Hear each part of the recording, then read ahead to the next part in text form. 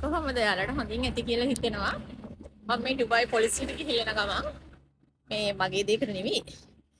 ඔයාලට ඔය දැන් මේ ක්‍රෙඩිට් කාඩ් ඒවා චෙක් මේ දැන් මම දැක්කා මට තව කෙනෙක් කියවලා තිබුණා විස්තර මේ චෙක් ප්‍රශ්න තියෙන ගෙවා ගන්න බැරි අයට පොඩ්ඩක් මේ ට්‍රැවල් බෑන් වැඩිච්ච අය මේ ඩුබායි ඉන්න අයට නම් ඩුබායි මේ පොලිස් හෙඩ් ක්වාටර්ස් එකට පොඩ්ඩක් ගිහිල්ලා චෙක් කරගන්න කොහොමද ඒක ගෙවා ගන්න කොහොමද කරන්නේ මොනවද කරන්න ඕන සොලියුෂන් එක අහන්න මේ පොලිස් හෙඩ් ක්වාටර්ස් ගිහිල්ලා මොකද මම මේ දැන් ගිහිල්ලා එන ගමන් මේ නංගි කෙනෙක් එක්ක කරගෙන ගියා ෂාජා ඉන්නේ ඒ හේතු හින්දා මේ ඒත් ක්‍රෙඩිට් කාඩ් කේස් එකක් 48,000 ගාණක් අරන් තියෙනවා පොලියත් එක්ක 89,000 ගාණක් තියෙනවා.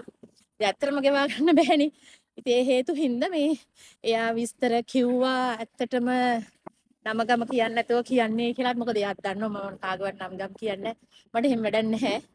මේ ක්‍රෙඩිට් කාඩ් ගත්ත වගේ නෙවි ගෙවා ගන්න බැරි වුණාම සහ ඒව බේර ගන්න බැරි වුණා. ඒ හේතු හින්දා ඔයාලා කරන දේ හරියට කරන්න. මොකද ඔයාලා දන්නවා මේ රටේ නීතිය. ඉතින් නීති විරෝධී දේවල් කරන්න එපා කියලා දෙයනේ මෙච්චරත් මම මේ කියන්නේ. ඉතින් මේ මිනිස්සු ෆ්‍රීලෑන්ස් වීසා එක ගහලා ලොකු පඩි දාලා මේ එයාලා මේව නඩත්තු කරගෙන ගිහිල්ලා ලෝන් අරන් දෙනවා සහ ක්‍රෙඩිට් කාඩ් අරන් දෙනවා. එතකොට සමහරක් වෙලාවට ඔයාලට ක්‍රෙඩිට් කාඩ් එක ලැබෙද්දී සමහරක් වෙලාවට ඒගොල්ලෝ සල්ලි අරන් ඇති. දැන් 48,000ක් කිව්වම ඒකෙන් එක්ක සමහරු 48,000ම අරන් ඇති. එහෙම නැත්නම් ඔයාලට 10,000ක් 20,000ක් දීලා ඉතුරු ගානේ එයාලා ගන්න ඇති. ඒක තමයිනේ සාමාන්‍ය සිරිත මිනිස්සුන්ගේ. එතකොට ඔයාලා අර සම්පූර්ණ ෆුල් පේමන්ට් එක ගෙවන්න ඕන. හිර වෙන්නේ කවුද? ඔයාලා. එයාලා ගත්ත කියලා දාලා නෑ. ඔයාලගේ නමට ගමට තමයි තියෙන්නේ. ඒ හේතු හින්දා හරි පරිස්සම් වෙන්න. ඒකයි කියන්නේ ඔය කම්පැනිය වුණත් ඉමරේට්ස් අයිඩිය ආවම ඉමරේට්ස් අයිඩිය කම්පැනියට තියාගන්න අයිතියක් නැහැ. ඔයාලා ගන්න ඕන. පොත වුණත් තියාගන්න අයිතියක් නැහැ. ඔයාලා පොඩ්ඩක් හොඳ සෙවිල්ලෙන් ඉන්න. පොලිස් ඇප් එක ඔයාලට මම කියලා දීලා තියෙනවා කොහොමද ට්‍රැවල් බෑන් චෙක් කරන්න කියලා. ඔයාලට පුළුවන් ඒකේ ගිහිල්ලා ට්‍රැවල් බෑන් එක තියෙනවද ඒ කොහොමද මොනවටද තියෙන්නේ කියලා බලන්න. ගිහිල්ලා ළඟම තියෙන පොලිසියට ගිහින් බලන්න පුළුවන්. දැන් ඔයාලා දන්නවනේ ට්‍රැවල් බෑන් කේස් එකක් තියෙනවා කියලා හේතුවක්. ඒතකොට ඒව විසඳ ගන්න නම් ඔයාලා යන්න ඕන හෙඩ් ක්වාටර්ස්.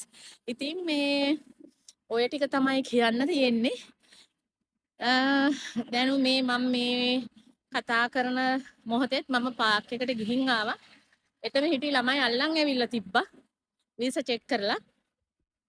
වීසා තිබිච්ච අය එළියට දාලා තිබුණා. වීසා නැති අය තියාගෙන තියෙනවා. ඉතින් ඒ හේතු හින්දා මේ අපි දන්න දේවල් අපිට ආරංචි වෙන දේවල් අපි ඔයාලා වෙනුවෙන් කතා කරලා මේ කියන්නේ.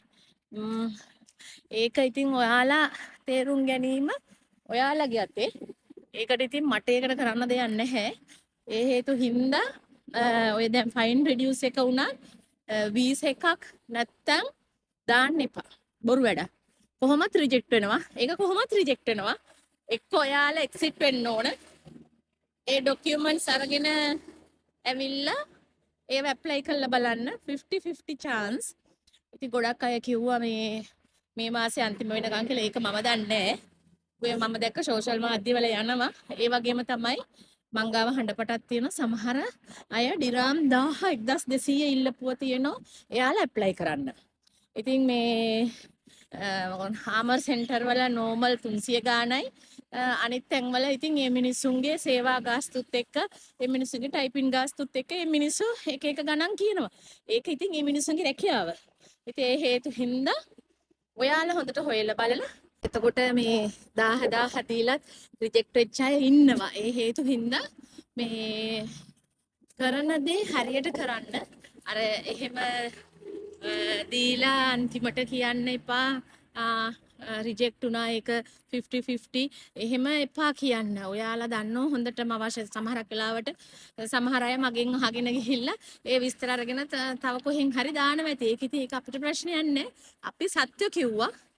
ෆ්‍රීලෑන්ස් වීසා ගැන හොඳට හොයලා බලලා කරන්න. මොනවා හරි වුණොත් ආයේ අමාරුවේ වැටෙනවා. එතකොට ඉතින් ඔයාලට කොහොමත් no chance. ඒ හේතු හින්දා මොකද ඇත්තටම අපි ඕව මොනවද දන්නේ නැහැ. සිස්ටම් නේ හැමදේම තියෙන්නේ. කම්පැනි එක කොහේ හරි රැකියාවක් කරන්න තැනකින් ඒ දේවල් කරගන්න. ෆයින් එක හදිසියෙන් හරි රිඩියුස් වුණොත් එයාලට ඒක ගෙවලා පඩියෙන් කැපෙන විදිහට වීසා ගහන්න කියලා ඔයාලා ඒකට යෝජනාවක් කරලා ඒ විදිහට වැඩ කරගන්න. ඔය ඉල්ලීගල් ෆ්‍රීලෑන්ස් වීසා එකට යනවට වැඩිය. හොඳ ජෙනුවින් තැන් තියෙනවා අපි නෑ කියන්නේ. ඉතින් ඕක මේ කොහෙන්ද හොයන්නේ ජෙනුවින් තැන? ගොඩක් අය දෙන්නේ නැහැ. මොකද මගෙනුත් ඇහුවා ගොඩක් අය. ඔව් මං අවුරුදු 15ක් දන්න මේ සිලොන් ට්‍රැවල්. ඒ මල්ලිලා කරනවා. ඉතින් ඒ වුණාට මේ එයාලා වීසා කැන්සල් කරන අයයි සහ විසිට් වීසා එකේ ඉන්න අයට විතරයි ඔය ෆයින් රිඩියුස් වෙන එහෙම ඇබ්ස්කොන්ඩින් වැටිච්ච ඒ කේස් තියෙන අය එයාලා බාරගන්නේ නැහැ. මොකද ඒක මම ඇහුවම දැන් ගොඩක් අය අහනවනේ පවුනේ ඒ හේතු හින්දා මම ඇහුවා. ඊට පස්සේ මේ මල්ලි ඉඳගෙන කිව්වේ අක්කේ අන්තිමට ඕකෙන් මේ උඹටයි අපිටයි දෙගොල්ලටම නරක නාම එනවා අපි හොඳ කරත් මිනිස්සු බයින එකනේ. ඉතින් ඒ හේතු හින්දා ඒ PR වල කියලා තියෙනවා කිව්වා අනිවාර්යයෙන්ම මේ කිසිම කේස් එකක් නැති. ඒකට මගේ වීසා එක කැන්සල් කරලා මම යනවා නම් මට එතනින් වීසා එකක් ගන්න පුළුවන්. මොකද මම කැන්සල් වීසානේ. ඒ වගේ විසිට් එකේ ඉන්න අයයි විතරයි. ඉතින් අනිත් අය මන් දැක්ක ඔෆර් ලෙටර් එකයි ට්‍රේඩ් ලයිසන් එකේ කොපියයි දෙන්න ඩිරම් 4000ක් ඉල්ලලා තිබ්බා. ඉතින් එහෙමයි ඉන්නෝ. ඊළඟට අද මම ඔය පොලිසියට එක් කරගෙන ගියා ළමයේ. ඒ ළමයා ශාජා ඉඳලා ආවේ. ඒ දේවල් ඔය දේවල් කරලා දෙන්නම් කියලා මේ සෝෂල් මාධ්‍යම කවුරු හරි පින්නිලා මේ දිනම් 3000ක් කරන් තියෙනවා. ඒ වගේම ආයි ලෝයර් කෙනෙක් හොයලා දෙන්නම් කියලා කේස් එක ෆයිල් කරන්න දිනම් මට 100ක් ඉල්ලලා තියෙනවා. ඉතින් එහෙම දේවල් කරලා තියෙනවා. ඉතින් අන්න ඕකයි අපි කියන්නේ සමාජ මාධ්‍යයේ ඉන්න හොඳ පිරිසක් ඉන්නෝ. ඔයාලා තේරුම් ගන්නේ කවුද හොඳ පිරිස කියන එක තෝරගෙන වැඩක් කරන්න. මොකද මේ ඔය ඉන්න ඔක්කොම මේ සුදු ඇඳගත්තට ඔක්කොම මේ උපාසකයෝ නෙවිනේ.